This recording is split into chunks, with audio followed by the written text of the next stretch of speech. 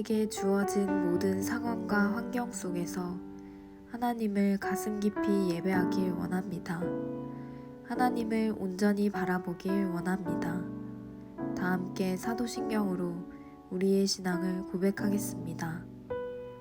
전능하사 천지를 만드신 하나님 아버지를 내가 믿사오며 그 외아들 우리 주 예수 그리스도를 믿사오니 이는 성령으로 잉태하사 동정녀 마리아에게 나시고 본디오 빌라도에게 고난을 받으사 십자가에 못 박혀 죽으시고 장사한 지 사흘 만에 죽은 자 가운데서 다시 살아나시며 하늘에 오르사 전능하신 하나님 우편에 앉아 계시다가 저리로서 산 자와 죽은 자를 심판하러 오시리라. 성령을 믿사오며 거룩한 공회와 성도가 서로 교통하는 것과 죄를 사하여 주시는 것과 몸이 다시 사는 것과 영원히 사는 것을 믿사옵나이다. 아멘.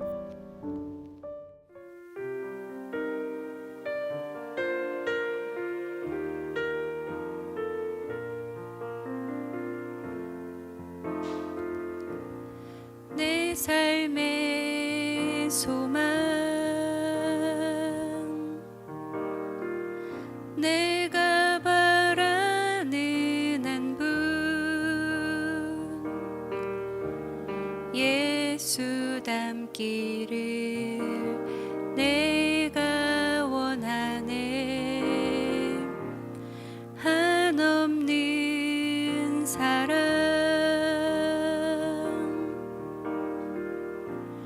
풍성한 긍휼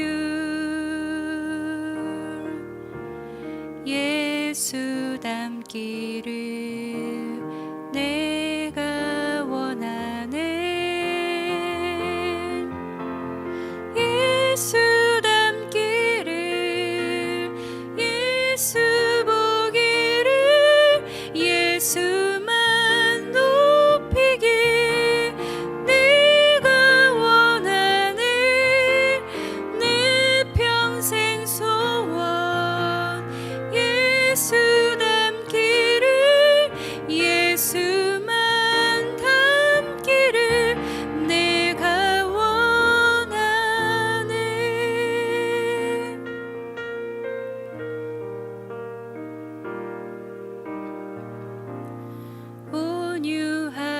온유하시고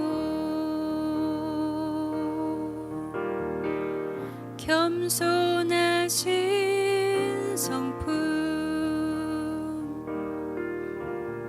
예수 닮기를 내가 원하네. 자비하시고 위로자 되신 주 예수 닮기를 내가 원하네. 예수 닮기를 예수 보기를 예수만 높이길 내가 원하네. 내 평생 소원 예수 닮기를 예수만 닮기를 내가 원하네.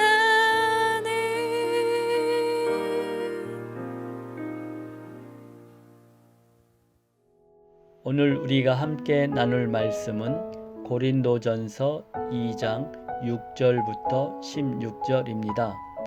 그러나 우리가 온전한 자들 중에서는 지혜를 말하노니 이는 이 세상의 지혜가 아니요 또 이 세상에서 없어질 통치자들의 지혜도 아니요 오직 은밀한 가운데 있는 하나님의 지혜를 말하는 것으로서 곧 감추었던 것인데 하나님이 우리의 영광을 위하여 만세전에 미리 정하신 것이라. 이 지혜는 이 세대의 통치자들이 한 사람도 알지 못하였나니 만일 알았더라면 영광의 주를 십자가에 못 박지 아니하였으리라.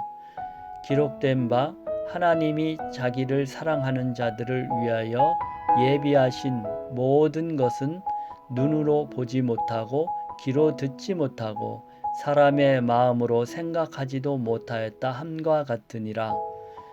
오직 하나님이 성령으로 이것을 우리에게 보이셨으니 성령은 모든 것 곧 하나님의 깊은 것까지도 통달하시느니라. 사람의 일을 사람의 속에 있는 영 외에 누가 알리요? 이와 같이 하나님의 일도 하나님의 영 외에는 아무도 알지 못하느니라. 우리가 세상의 영을 받지 아니하고 오직 하나님으로부터 온 영을 받았으니 이는 우리로 하여금 하나님께서 우리에게 은혜로 주신 것들을 알게 하려 하심이라. 우리가 이것을 말하거니와 사람의 지혜가 가르친 말로 아니하고 오직 성령께서 가르치신 것으로 하니 영적인 일은 영적인 것으로 분별하느니라. 육에 속한 사람은 하나님의 성령의 일들을 받지 아니하나니 이는 그것들이 그에게는 어리석게 보이며 또 그는 그것들을 알 수도 없나니 그러한 일은 영적으로 분별되기 때문이라. 신령한 자는 모든 것을 판단하나 자기는 아무에게도 판단을 받지 아니하느니라. 누가 주의 마음을 알아서 주를 가르치겠느냐? 그러나 우리가 그리스도의 마음을 가졌느니라. 아멘. 반갑습니다.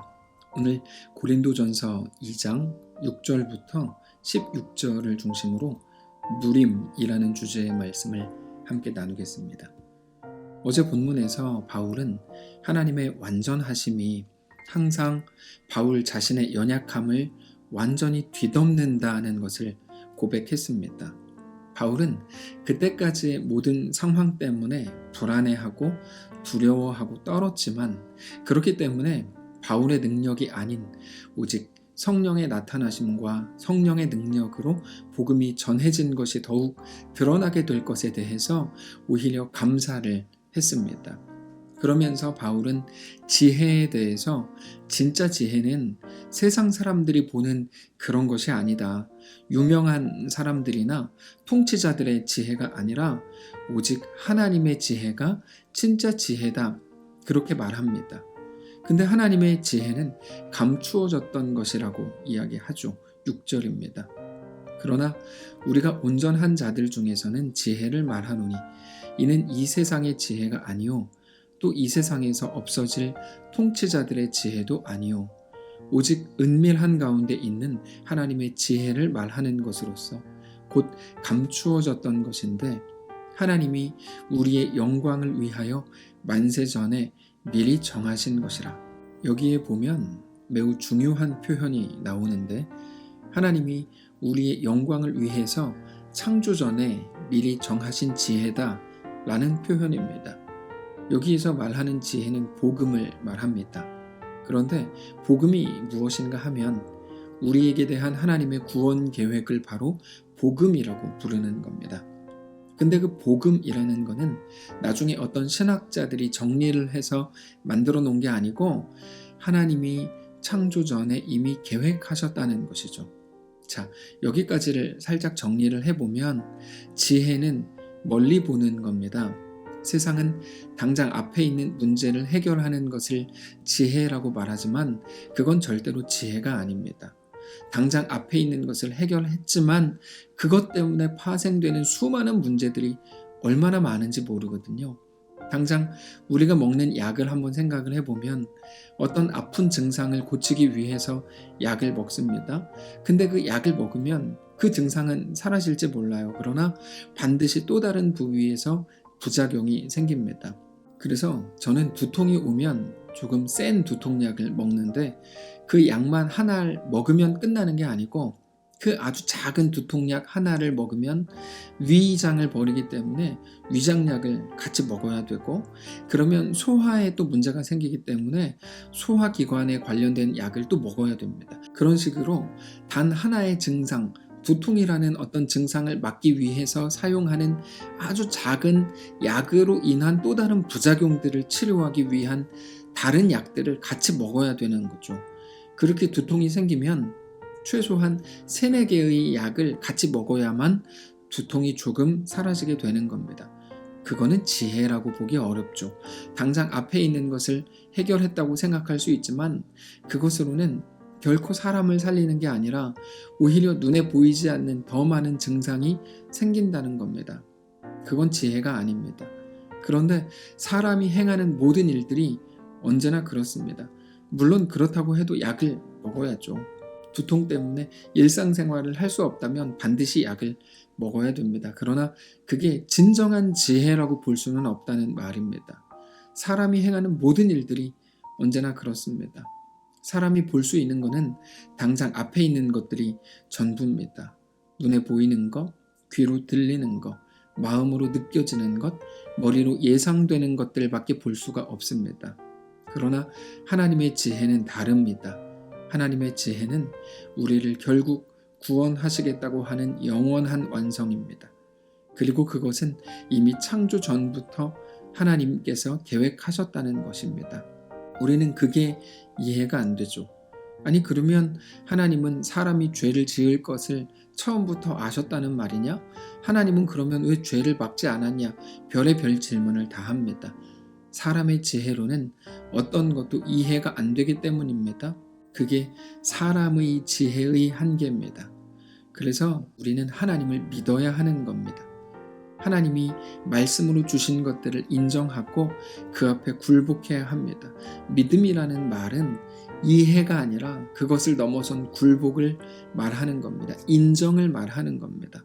바울은 그것을 이렇게 표현합니다. 8절입니다. 이 지혜는 이 세대의 통치자들이 한 사람도 알지 못하였나니 만일 알았더라면 영광의 주를 십자가에 못 박지 아니하였으리라. 어떤 사람도 하나님의 지혜에 대해서 이해한 사람이 없었습니다. 만일 하나님의 지혜를 이해했다면 우리 주님을 십자가에 못 박지 않았을 거라는 말입니다. 그럼에도 하나님은 그들의 지혜 없음을 이미 아셨죠. 그 모든 것 역시 하나님의 구원 계획 속에 포함되어 있었다는 겁니다. 9절입니다. 기록된 바 하나님이 자기를 사랑하는 자들을 위해 예비하신 모든 것은 눈으로 보지 못하고 귀로 듣지 못하고 사람의 마음으로 생각하지도 못하였다 함과 같으니라. 오직 하나님이 성령으로 이것을 우리에게 보이셨으니 성령은 모든 것 곧 하나님의 깊은 것까지도 통달하시느니라.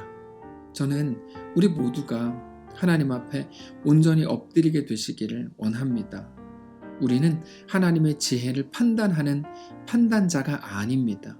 그저 하나님의 지혜와 그 이끄심에 대해서 엎드리고 굴복하고 겸손히 하나님의 말씀에 순종해야 되는 존재들일 뿐입니다. 심지어 천사들도 하나님의 지혜에 대해서 이해하지 못합니다. 다만 굴복할 뿐입니다. 오직 하나님 외에는 하나님의 뜻을 알 수 있는 사람이 없습니다. 11절을 보시면 사람의 일을 사람의 속에 있는 영 외에 누가 알리요? 이와 같이 하나님의 일도 하나님의 영 외에는 아무도 알지 못하느니라. 하나님께서 말씀하시지 않았기 때문에 모르는 게 아니고 사실 말씀을 계속 주셨는데요. 알아듣지 못한 게 사람들의 실력이었던 거죠. 실제로 구약 성경을 보면 하나님의 말씀을 전한 선지자들이 많이 있었습니다. 그러나 그들이 전한 하나님의 말씀을 들은 사람은 거의 없습니다. 귀로는 들었죠.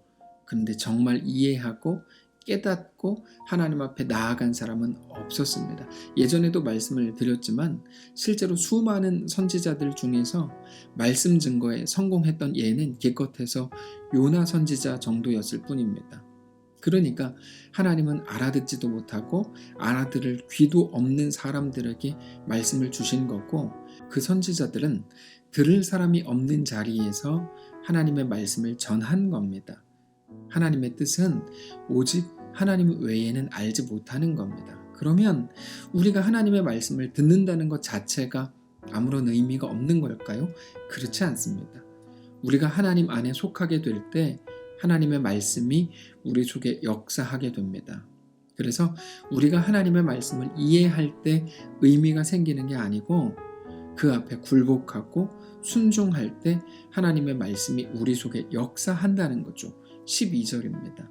우리가 세상의 영을 받지 아니하고 오직 하나님으로부터 온 영을 받았으니 이는 우리로 하여금 하나님께서 우리에게 은혜로 주신 것들을 알게 하려 하심이라. 이거는 우리가 깨닫는다는 게 아니고 굴복하게 된다는 말입니다. 13절입니다. 우리가 이것을 말하거니와 사람의 지혜가 가르친 말로 아니하고 오직 성령께서 가르치신 것으로 하니 영적인 일은 영적인 것으로 분별하느니라. 반면 우리가 하나님의 말씀에 대해서 우리 지혜로 세상의 이치로 판단하려고 할 때 하나님의 지혜가 아닌 스스로의 지혜를 의지하려고 할 때 하나님께 속한 어떤 것도 알지 못하게 됩니다. 14절입니다. 육에 속한 사람은 하나님의 성령의 일들을 받지 아니하나니 이는 그것들이 그에게는 어리석게 보임이요 또 그는 그것들을 알 수도 없나니 그러한 일은 영적으로 분별되기 때문이라. 이렇게 말하죠. 자, 하나님의 일들에 대해 순종하지 않는 이유가 바로 여기 있습니다. 그것들이 그에게는 어리석게 보이기 때문이죠. 그래서 막 수많은 질문들을 쏟아내지만 그 끝은 그러므로 나는 순종하지 않겠다 이거거든요. 내 생각에는 내 눈에는 이렇게 보인다. 하나님이 명령하시는 것은 전혀 다르게 느껴지는 거죠. 며칠 전에 말씀을 드렸지만 하나님의 말씀이 우리에게 다가올 때 방식은 다양할 수 있습니다. 여전히 지금도 꿈과 환상으로 말씀하실 수 있습니다. 중요한 건 뭐냐면 그 말씀이 나를 이끌어가는 자리가 어디냐 하는 겁니다. 불편함이라는 거죠. 부담스러움이고 내가 할 수 없을 것 같은 자리로 하나님은 우리를 이끄신다는 거예요. 그게 사람에게는 어리석게 보이고 부족해 보이고 이건 아닌 것 같은데 라고 보이는 그 자리로 하나님은 이끄시죠. 그래서 우리를 도전하시는 겁니다. 말씀은 언제나 그렇습니다. 그래서 우리가 하나님의 지혜에 대해서 하나님의 방식에 대해서 굴복하지 않으려고 할 때 여러분 그때부터 성도로서 모든 문제들이 생겨나는 겁니다. 여기서 말하는 문제는 건강이 해쳐진다, 사업이 망한다 이런 말이 아니고요. 우리가 하나님 앞에 순종하지 않게 된다 이런 말입니다. 순종하지 않는 게 문제가 된다는 것은 그 이유가 있는데요. 당장 우리에게 주신 삶을 누리지 못하게 되기 때문입니다. 예를 들어서 이번에 태국에서 황소영 집사님과 파트너 교사로 들어간 김미란 집사님을 만났습니다. 며칠 안 됐지만 그분들이 말하는 게 하루하루 시간 가는 게 너무 아깝답니다. 자기에게 주어진 시간은 예를 들어서 90일밖에 안 되는데 하루하루가 가는 게 너무 아쉬운 거죠. 벌써 10일 정도가 지났으니까 이게 너무 아쉬운 거예요. 그게 바로 누림입니다. 왜 나에게는 이런 거지 같은 시간과 장소와 환경이 주어졌는가? 그러면서 우리 인생을 막 저주하고 한탄하면서 그저 죽지 못해 사는 게 아니고 그 속에서 하나님이 허락하신 모든 것들을 다 누려보기로 하는 거죠. 그러면 매일이 설렙니다. 시간이 늘 부족하죠. 그리고 그게 순종의 힘입니다. 하나님이 우리에게 순종하라고 하시는 이유는 누림을 위해서입니다. 그게 우리에게 진짜 행복이 될 수 있다는 것을 아시기 때문입니다. 우리는 상황과 환경이 바뀌어야 행복하다고 생각하지만 하나님은 그 속에서도 우리로 하여금 믿음을 가지라 말씀을 하시면서 너 거기서도 살 수 있다 말씀을 주시는 거죠. 말씀을 정리하겠습니다. 저는 우리 모두가 우리의 삶 속에서 그와 같은 일들이 있게 되시기를 원합니다. 아무래도 좋다는 게 아닙니다. 아무런 문제의식도 가질 필요가 없다는 말이 아닙니다. 아우니치를 생각하시면 됩니다. 아우니치에 가면 거기에 있는 모든 것을 다 뜯어 고칩니다. 장판을 갈아엎고 도배지를 다 뜯어내고 형광등을 교체하고 그릇을 다 끄집어내서 다 닦아냅니다. 그러나 거기에서 얼마든지 누리고 돌아올 수 있습니다. 우리는 항상 그렇게 해왔습니다. 어디에 있다고 해도 거기에서 누리라는 거죠. 지금 이 시대에 아무것도 하지 말고 그냥 거기 들어가 앉아 있어라 이런 말 아닙니다. 복음을 가진 자들의 누림이 우리 속에 있어야 된다는 겁니다. 키가 얼마고 얼굴은 어떻게 생겼고 몸무게는 어떻고 내 건강 상태는 어떻고 학력은 어떻고 네, 다 알겠습니다. 하나님이 우리에게 주신 그 환경과 상황 속에서 우리가 할 수 있는 모든 일들을 찾아서 하라는 거죠. 그게 누림이라는 건데 그 시작은 오직 순종을 통해서라는 겁니다. 성도 여러분, 연말입니다. 이제 곧 성탄절입니다. 우리를 위해서 이 땅에 오셨고 우리를 위해 대신 죽으셨고 부활하셔서 우리를 영원히 살게 하신 우리 주 예수님을 기억하면서 오늘 이 말씀이 우리를 더 깊이 생각하게 하고 하나님 앞에 온전히 엎드리게 하는 말씀이시기를 원합니다. 기도하겠습니다. 살아계신 하나님 감사합니다. 우리의 생각과 마음을 주님께 향하기를 원합니다. 우리가 이 시간 우리에게 허락된 모든 상황 속에서 주님 앞에 온전히 순종하고 그러면서 성도만 가질 수 있는 놀라운 기대와 놀라운 소망으로 우리의 삶을 넉넉히 살기를 원합니다. 우리와 함께 하옵소서. 우리가 여기서 할 수 있는 많은 일들을 찾아내고 그렇게 하나하나 한 걸음 한 걸음 걸어가면서 주님이 허락하신 모든 누림들을 누려나가는 귀한 성도들 다 되게 하옵소서. 감사드리며 살아계신 예수님의 이름으로 기도합니다. 아멘. 사랑하는 성도 여러분, 하나님께서 오늘 하루를 우리에게 허락하셨습니다. 우리에게 허락된 하나님의 놀라운 은혜를 깊이 묵상하는 날 되시기를 바라고 하나님 말씀 앞에 늘 부담스럽고 도전이 되는 이 말씀 앞에 또다시 순종하고 엎드림으로 우리의 삶이 하나님의 것임을 고백하고 하나님 안에서 놀라운 삶을 또 누리는 귀한 우리의 날들 되시기를 축복합니다.